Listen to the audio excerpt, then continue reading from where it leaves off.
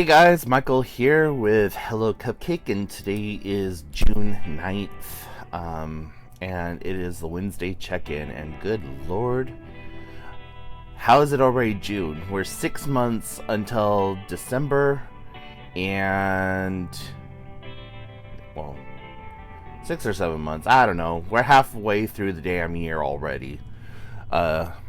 It just does not seem like that is something that we should be saying right now already. And yeah, this has been probably one of the quickest years that I can recall. Like, I thought last year also kind of freaking dragged by like a snail. But yeah. Let's just not talk about last year. Last year's like that one night stand that happened that you don't want to admit to. And ain't none of us wanting to admit to no damn one night stands that are 2020-esque. I personally don't do one night stands because I'm not a Kia. But hey, to each their own, right? So, still haven't freaking heard from Washington Healthcare Authority, our administration, or whatever their damn acronyms are, about my test scores. And I sent a message out yesterday to all the people that I was in class with, and they're like, yeah, we still haven't gotten ours, and we're all pretty much in the same boat, like, okay, did we pass, did we fail, what the hell's going on? Yeah, so still waiting. They said that it was going to take 2 to 3 weeks, and I swear to God, these bitches are going to take every single second of those 2 to 3 weeks. But whatever, you know, it's a government official, or an official government agency, state governance, you know, they do things on their time, which is no time at all. Yeah, and, I started walking again, trying to get out at least once a day. It's been really nice to just be able to do that.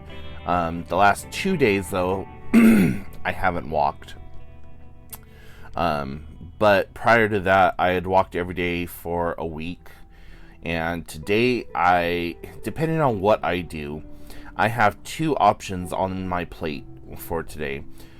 The first one is to go do grocery shopping, and if I go do my grocery shopping, I'm not going to go walking, because I'm going to walk at least 2.5, 3 miles doing all the grocery shopping that I need to do.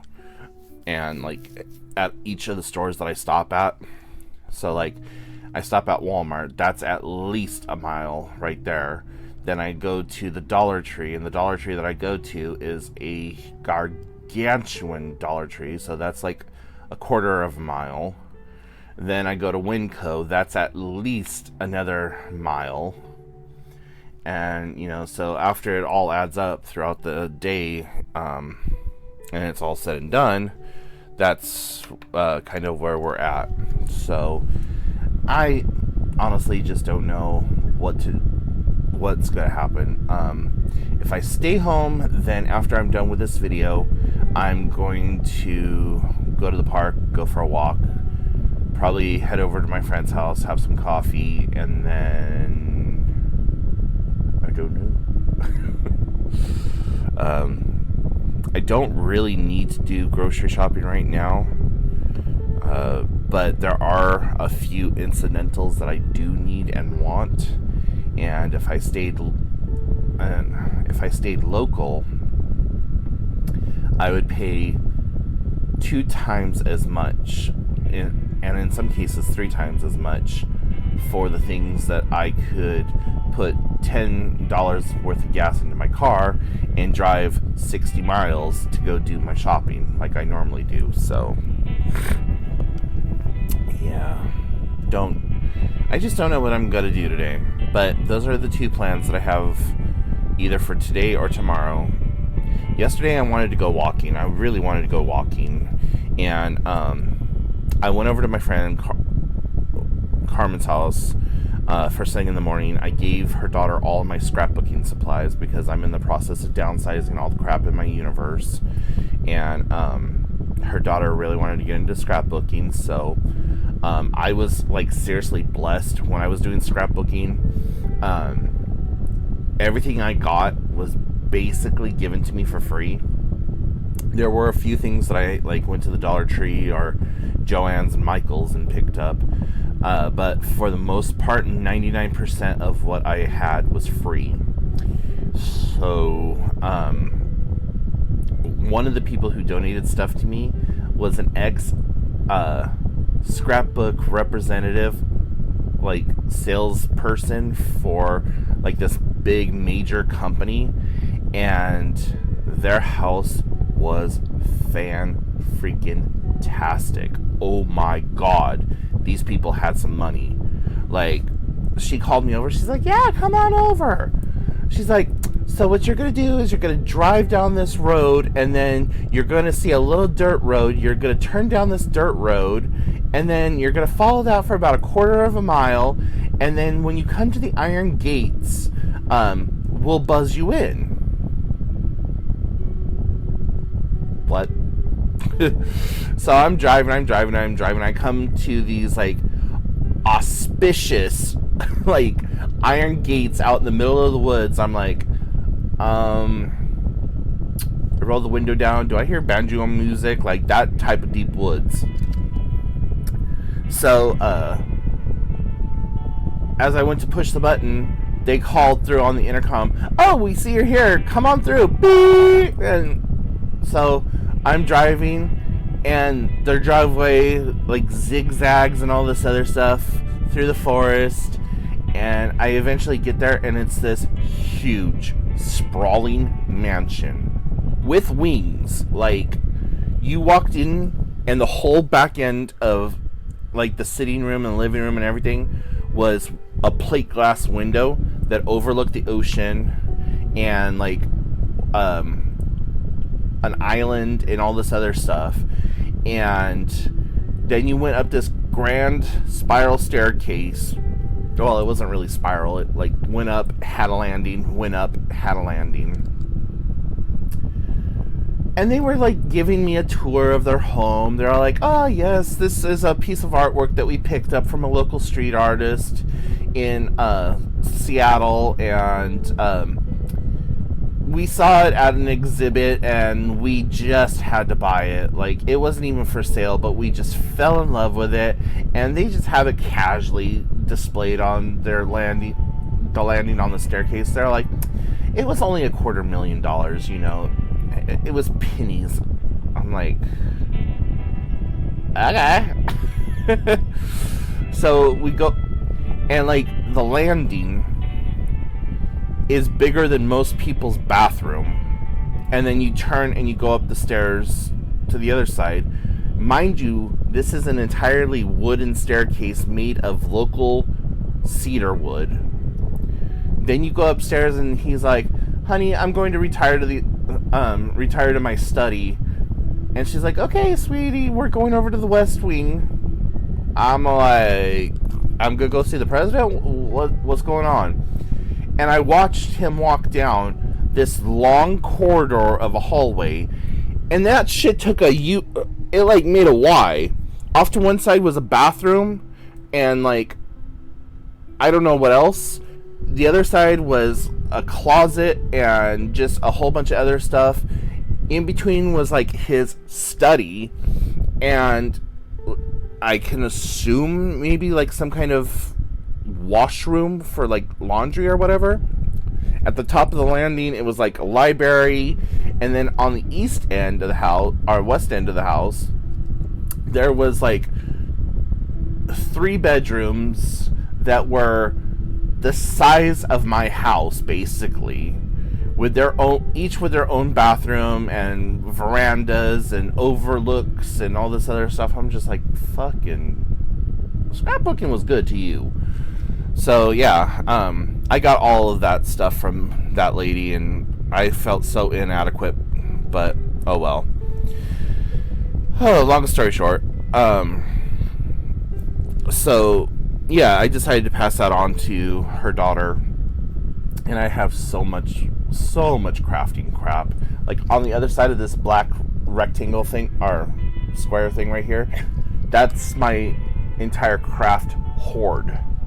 I will call it a hoard. I'm allowed to call it a hoard, but it's not a problem if you don't call it one, right? But yeah, that's where I do all my crafting and stuff. That's actually like my kitchen table where that black thing is standing. But I only use it for crafting. So yeah.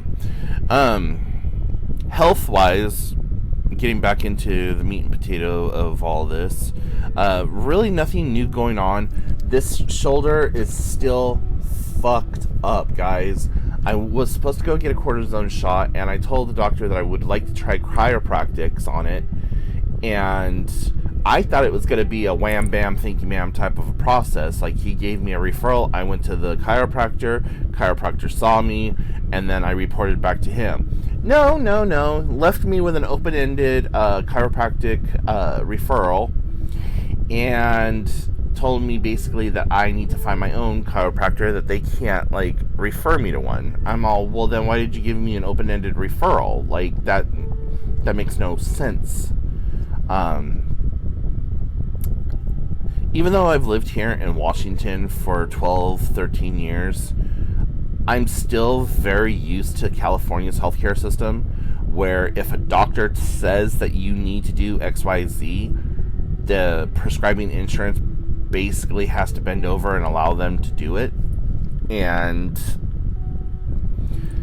when I was on Medicaid,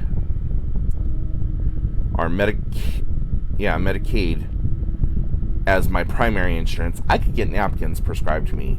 Like, literally, I didn't get told no for shit.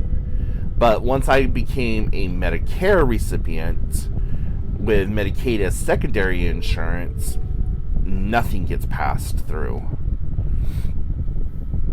And trying to find a fucking chiropractor in this area that accepts either one of those insurances is damn near impossible. And every chiropractor up here is like freaking pencil thin skinny. And I honestly believe that they are fat phobic. Like, the last couple of chiropractors that I've gone to, they've just done very basic, minimal adjustments. And I'm like, I'm a big dude. I need some shit moved. Like, use me like Play-Doh. Manipulate me, man.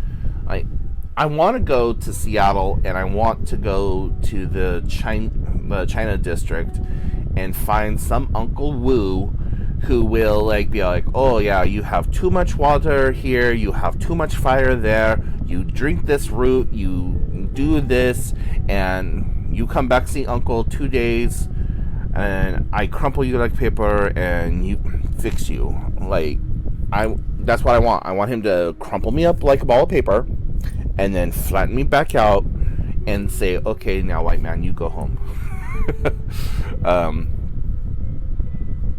Seriously racist. I know, but still. It's not racist, it's culturally insensitive. Though, did wake up to my friend dealing with racism this morning, so that was fun. So I'm Native American and European white, and by European white, mainly Scandinavian. I do have English, Scottish, Irish, and I do believe some French in me. And somewhere in my family tree, I do believe I have African American in me, because my biological egg donors side of the family were plantation owners and had help until like the mid 70s. And so and this was live-in help, and Bertha lived in an apartment above the horse stables, and her husband worked out in the fields, and her children took care of the livestock, and Bertha took care of my biological mom and the house chores. So yeah, from what I've been told, it wasn't like the movie The Help type help. It was kind of like Roots type help.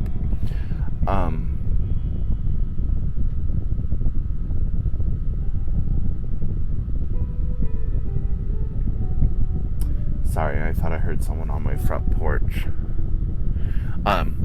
So yeah, it was. Anyways,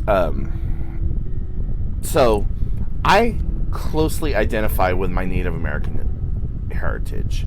According to my biological mother, we are Apache Mescalero. Now, I have the pale white peach colored skin, but I've always closely identified with the Native American side of my heritage. It has only been in recent years that I've started identifying with the Norse side of my heritage. But in my family, I am the only male child with brown hair, brown eyes. Everyone else is like that Aryan nation blue eyes, blonde hair, like, look. And so that always kind of made me the like oddity in the family, or at least on my dad's side of the family, because, like I said, my dad's family is blonde hair, blue eye. So they, anyways, yeah. So my friend woke up to some Native American racism and drama, and one of the terms that I absolutely love using is "okay, colonizer, okay," and that triggers people to no extent. And then you look at me, they're like, "Well, you're white." That's a part of me, yes. But anyways, yeah, so I told her I was going to make her a shirt that says you can't spell colonizer without colon. And all of our native friends started freaking cracking up when I posted that on Facebook. So looks like I'm going to have to make some t-shirts. But anyways, yeah, I don't have an actual tribal affiliation. Like, I've never gone through the affiliate, like getting tribal recognition or whatever else. I did start the process a few years ago and reached out to the Apache Nation, and they said, based on the information that I had given them at the time, that they weren't able to confirm or deny. So I'm going to be doing like one of those 23andMe's and seeing. I got to do some research and see which one has the better native markers and can track that stuff. But I wanted to dig deep. Like, I want to know both sides of the family tree and everything in between. So if you guys have any experience with those DNA kits or whatever, by all means, please put it in the comment section below and let me know which one you that you would go with or that you suggest. But anyways, I just noticed that this is almost 20 minutes, so I'm going to go ahead and let you guys go. If you have any questions, comments, concerns, put them in the comment section down below. Hit like and subscribe. We're at 645, guys. Let's get up to 1,000. Please continue to help spread my videos around. Post them to your Facebook. Like, give me suggestions for videos. I would really love to do a live session, but I can't do live here on YouTube until we hit 1,000. But if you guys want to do a live video session, I can do it on Zoom, or we could do it through Facebook Messenger, or there's this other service called Tiny Chat that I can use, and we can just get together and have some fun and do some live Q&A type stuff. So anyways, all of the links to the social medias and Patreon is down below. If you want to, like, throw me a quarter or two, that would be awesome. And until next time, I will talk to you all later. Bye, guys.